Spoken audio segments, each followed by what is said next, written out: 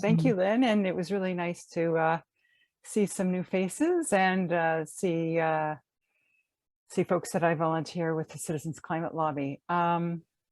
So I am a volunteer with Citizens Climate Lobby, also known as CCL.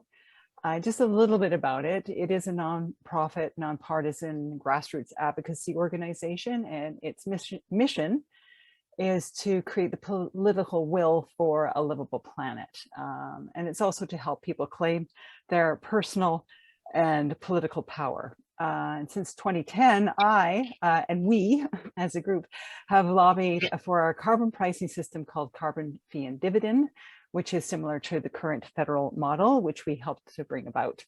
CCL currently has 591 active chapters worldwide in about 40 countries. And the organization is supported by notable climate scientists such as Dr. James Hansen and Dr. Catherine Hayhoe. CCL activities include meeting with political representatives and the media, and writing op-eds, as well as letters to the editor, which I am going to focus on right now. So I first just want to start by saying, why is this so important? Why do we do this? It's one big reason is because political representatives take them seriously. They're an excellent complement to your political outreach. The letter section is one of the most popular in the newspapers, and the politicians like to know what their constituents are saying publicly. Unlike comments in online publications, letters are vetted and have a higher tone and therefore are treated more seriously. So with this workshop, I'm going to focus on helping to improve your chances on getting your letter published and seen by your elected officials. So what I'm going to do is share my screen. Okay, everybody can see that? I'm assuming yes? Yep. Okay. Yes, Cheryl. Okay, awesome, thank you. So so as I mentioned, why are they so important? They're popular, politicians treat them seriously, and they're a relatively easy way to get your views published. So I'm going to really focus on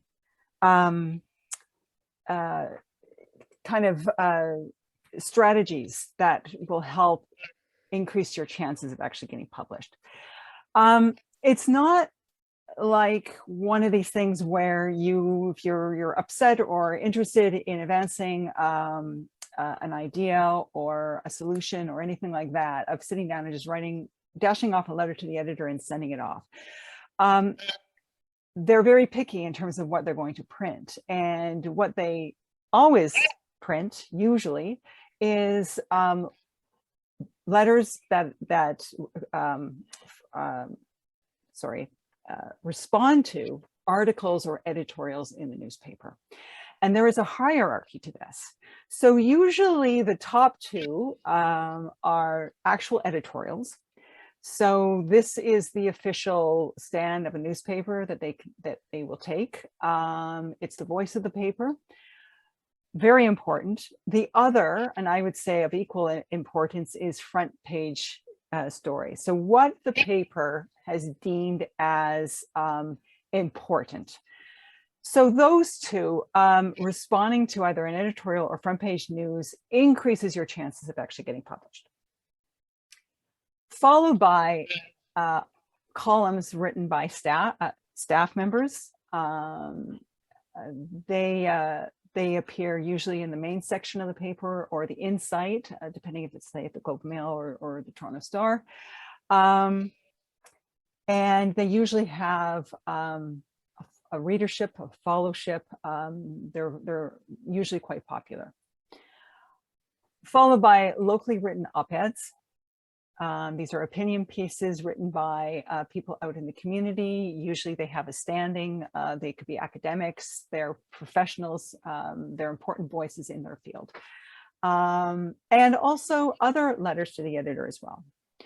There is an exception to all of this, and that is, say a very important piece of news comes forward, such as the IPCC report, and a newspaper decides not to put it in the front page, but relegates it to the back pages. Or there's a major event, say a huge climate rally, and the paper doesn't cover it at all. That's an opportunity for you to actually write a letter and say, why wasn't this front page news, given the importance of it? So that's one exception to the rule. And in fact, many years ago, there was a major climate rally. It drew about 10,000 people on the streets of Toronto, and the Toronto Star did not cover it all. And I actually wrote a letter, and it was almost like a mini article of the event, and they actually published it. So there you go. So when you write your letter or compose it, you always want to reference the article. Letters that typically don't reference the article stand a little chance of getting published. There is an exception to that, and that is a referencing the actual news. So say there's a major a news story, such as the IPCC report, or the upcoming COP in Glasgow, or say there's a major weather event and it's all over the news. You can certainly reference that. You also want to you could be creative as well. There are stories out there that do not mention the climate emergency, but it's certainly applicable. And I mean, years ago, there was the Franklin discovery in the Arctic. And the reason why they discovered the Franklin ship was because the Arctic ice is melting. So, that's an example of referencing. Certainly any kind of major weather event that doesn't reference climate change is also an opportunity to bring it up. Oops. And as I mentioned before, you always want to challenge the editor if there are major climate stories that are relegated to the back pages or not even covered at all. Typically, what you want to do is aim for about 150 words. That's certainly the word max of the Globe and Mail. That's what I usually aim for. Some papers are different. I know with the Hill Times, which is the paper for Parliament Hill, a really good paper actually, they have accepted longer pieces. There is also more local community papers that are open to longer pieces as well. Good rule of thumb is to check the word max. Sometimes they provide that, sometimes they don't. But if you ever wonder, it's about 150 words. And we like to say that they are the haiku of advocacy. You want to make sure that they're short and sweet. And with that in mind, you need to be very focused just in terms of what you want to say. These are very, very short pieces, so you really need to make only one point. That's really hard, I know, trust me. But if there's a solution you want to present, if there's a key point that you want to make, just focus on that. And what you want to ask yourself is, what am I trying to say in this message, and how does that relate to the article as it appeared in the paper? So what I've done, for those of you who've never written a letter before, or rarely write letters, I've created a formula for you. You don't have to follow it, but I find it helpful. So in the opening, what you want to do in the first sentence, or certainly just as an opener, you want to reference the letter in which you're responding to. So I've given an example right now. It's very recent. It's regards to the IPCC report. And it's referencing an article in the Toronto Star. Climate change report offers Canadians in the world best and worst visions for the future. And this was actually front page news. So the example as an opener is you want to provide, the crux of it and in this instance, what the article or what the message the IPCC is trying to present. In a nutshell, the Intergovernmental Panel on Climate Change latest report is one more reminder that the world is headed towards dangerous global heating and that limiting carbon emissions to a livable levels is possible with stronger efforts.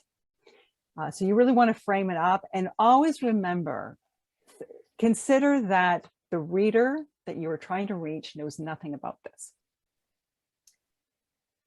So you want to transition really quickly. And typically here's one way to do it is to state the problem or the issue.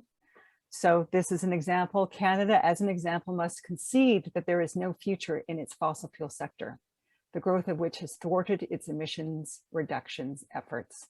And Canada's efforts matter. 30% of emissions are produced by small emitters like Canada, which leads this group. What message does Canada send to these countries when it struggles to meet its international climate targets? So the problem is that Canada leads a whole bunch of small emitters, but it is failing to do the right thing and reduce its emissions in a meaningful manner or meaningful way. So then you want to have a solution, basically the crux of the message, the point you want to raise.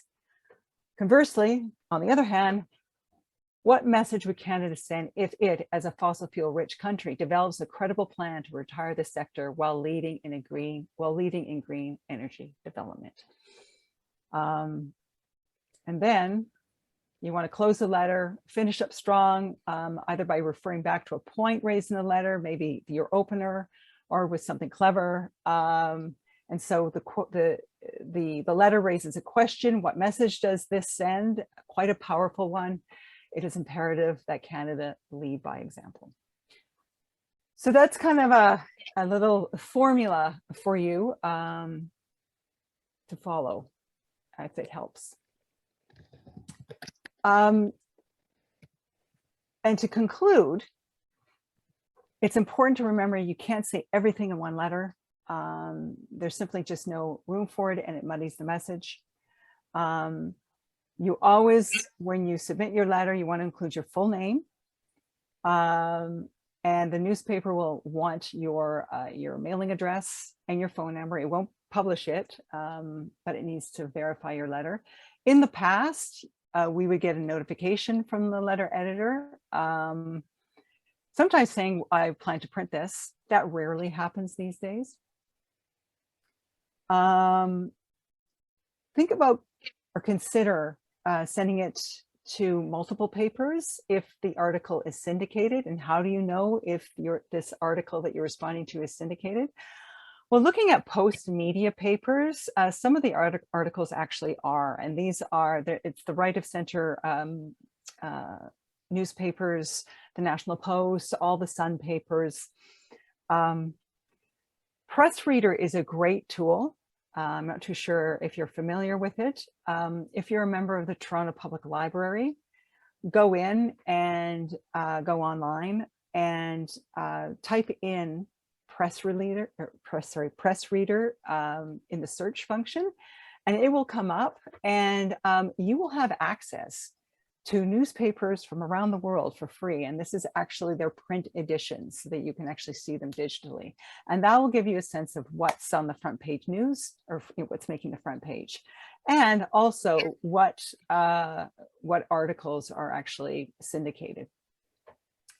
Another way, if you want to find out, if an article is front page, or if you want to get notices on great opportunities to submit letters, you can join Citizens Climate Lobby's listserv. And there's a number of us who monitor the news, and we will send you notifications on good letter writing opportunities.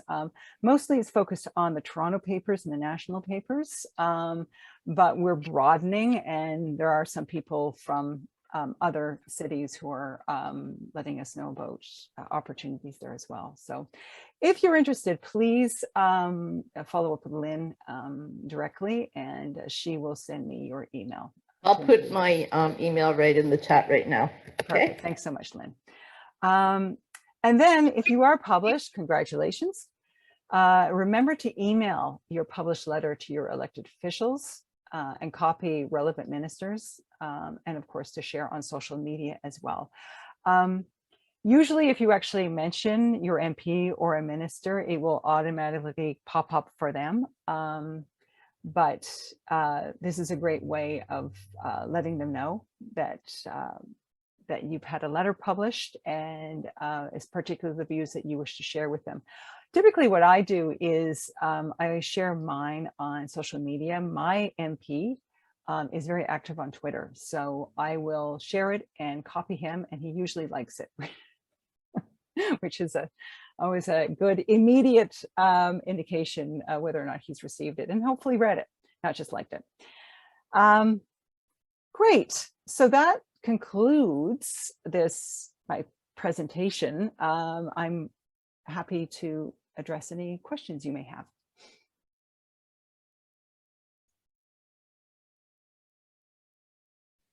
Thank you very much, Cheryl. Thank you very much. And now we do have a few minutes to have questions.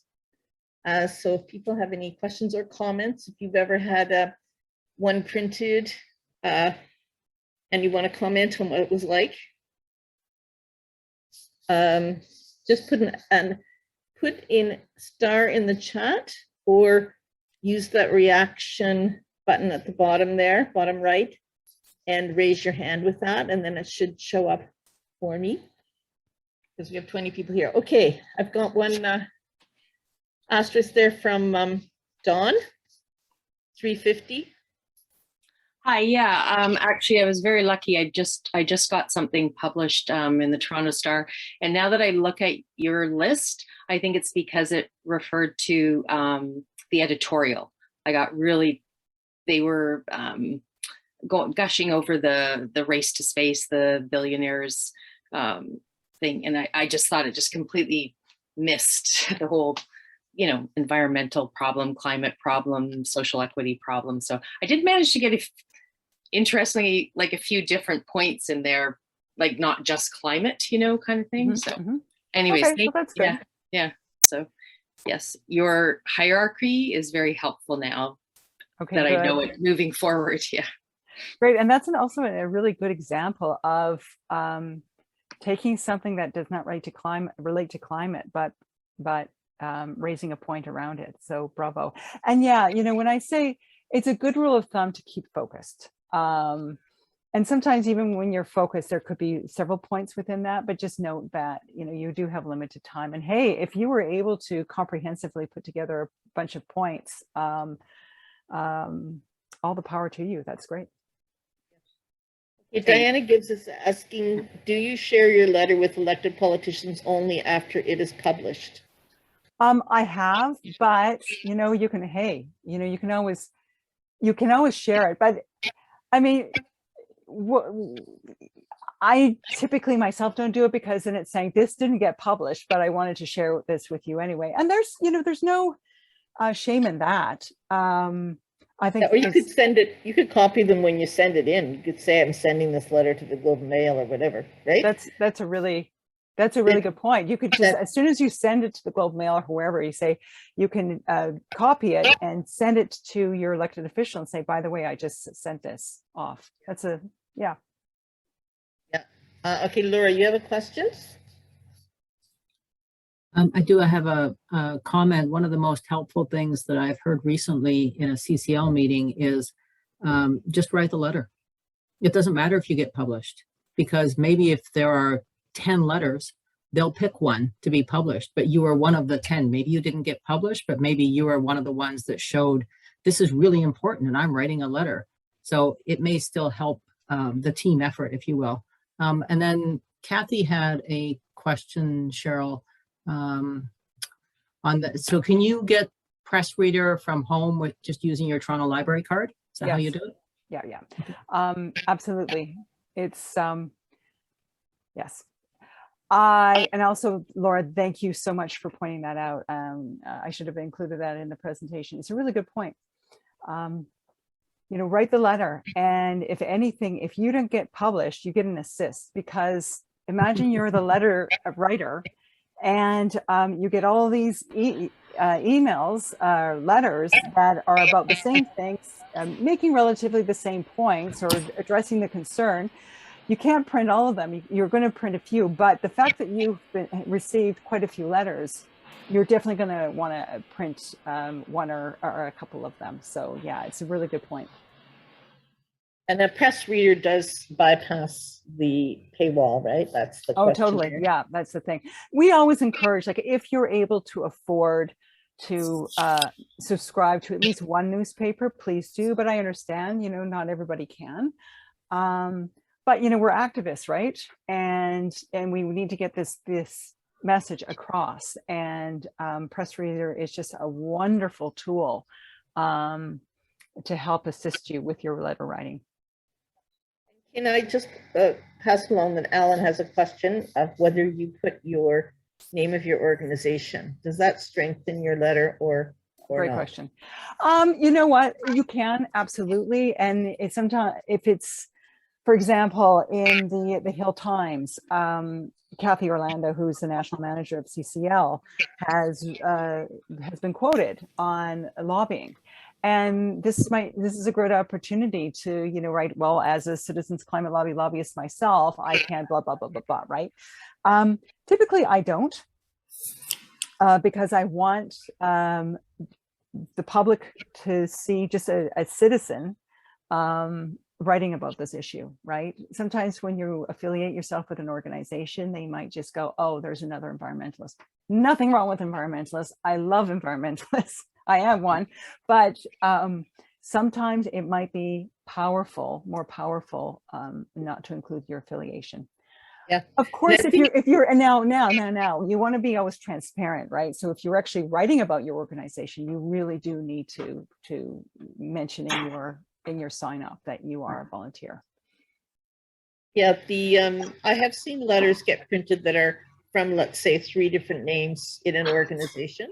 Mm-hmm. And I suppose if it's an organizational kind of response, like yes, as seniors, Yeah. we are members of SCAN, and here we're concerned about our grandchildren, right? And it's signed off by 3 members or something. Then I think that would make it more powerful, right? But I also see Cheryl's point too, because I'm not sure how the editor looks at it, but they pick up on the passion of the individual who's writing, probably more importantly than whether you say you're with a group. Necessarily help. Yeah. So yeah. Okay, so all good. Alan has his hand up, I see. Oh, okay, Alan, I think that was his question, but do you have another question, Alan? No. That was the question. Thank you. About senior, signing off for an organization. That was his question. So you can put your hand down, I think, Alan, or maybe I can put it down for you. And I'm happy to share the slides as well. What I can do is send the PDF to Lynn and she can share it with the group. Paul, you've got a question? And then we're going to wrap up in about a minute so that we can shift gears to the meeting. Go ahead, Paul. I'm just wondering, a lot of people I know, including myself, we get our information online. I go to Google News and then I'll go and look at different articles. And what's striking to me is that Google, if you go to the regular top stories, there's not that many that are climate. Okay, so if you type in climate, you get lots and lots of stories, but you're not getting there. And I'm wondering about, letters to the editor. It's just that I never open a physical newspaper. I haven't done there for a long time, and a lot of people I know do not. So how do you want to reach all these people who get their news online? Well, I mean, that's a good question. Fortunately, News Online, I mean, the comment section, depending on the paper, there are a lot of trolls, right? And we typically avoid that. You raise a good point. I mean, this is also why you know, we just don't focus on letters to the editor. We do social media as well. Yeah, it's a hard one. I mean, the landscape around this is changing. I do hope that people are still writing letters, but as I mentioned at the beginning, or sorry, reading papers, but as I mentioned in the beginning, there is a validity here, that if you get your letter published, you can share that with your politician, and that does have some clout. Yeah, with your politician and in other ways. And something like the op-ed that I wrote actually has appeared in other places now, I'm learning, and inspiring people in other parts of the country that I wouldn't have even known was possible. So it helps spread the word. And Thanks, even if you Lauren. get a letter published, it is usually online as well, so you can share it that way. Yeah, now we have a problem with paywall in the Star. And I think when we share at the CCL letters to the editor list, sometimes a paywalled article, the person will put the link and they'll actually put the text of the article so you can respond to it, whether you have it or not, or you could go to the press reader and find it. But there are tricks around getting your letter circulating to other papers and not just the main one that you might usually write to. But you know what, I wanted to say, Cheryl, that I find that I can write a letter to the editor in 5 minutes, you know, not counting the time it takes to read the article, but because it has to be so short, you can just usually pick one point in the article you want to respond to. And you know what your points are. You already have maybe 3 or 4 points in your mind. You pick one and you put it there, and off the letter goes in 5 minutes. And you know, sometimes it gets done. And because really short ones they like to print too, 50 words. They'll just take one little comment that somebody might send. Doesn't take up a lot of column space. They'll put it in. Anyway, there's and when they get several, sometimes they group them, and there's 3 or 4 responses on the same theme, which is also quite good. So it's one of the ways that we can message, you know, get our message out and change the narrative, or change the you know, what do we call it, the culture in terms of what people are talking about, change the conversation, and people's idea. And often you can counter people's ideas. There may be faulty information you can correct. For example, about carbon taxes, people have lots of, you know, not correct ideas about it, so you can sort of counter what people say. Or they blame China. You can say, well, our per capita is just the same, and we've got to show them that, you know, anyway, there's things you can respond to that way. So I wanted to, just on behalf of everyone here, because we need to go to our other meeting, is to thank you very much, Cheryl. And you're certainly welcome to stay if you like, but we realize you got a busy life. So let's all wave our appreciation. So it. Okay, maybe we can go to a Thank you. gallery view and she can see it. Nice. Thank you. Thank you very much. Thank you. Take care.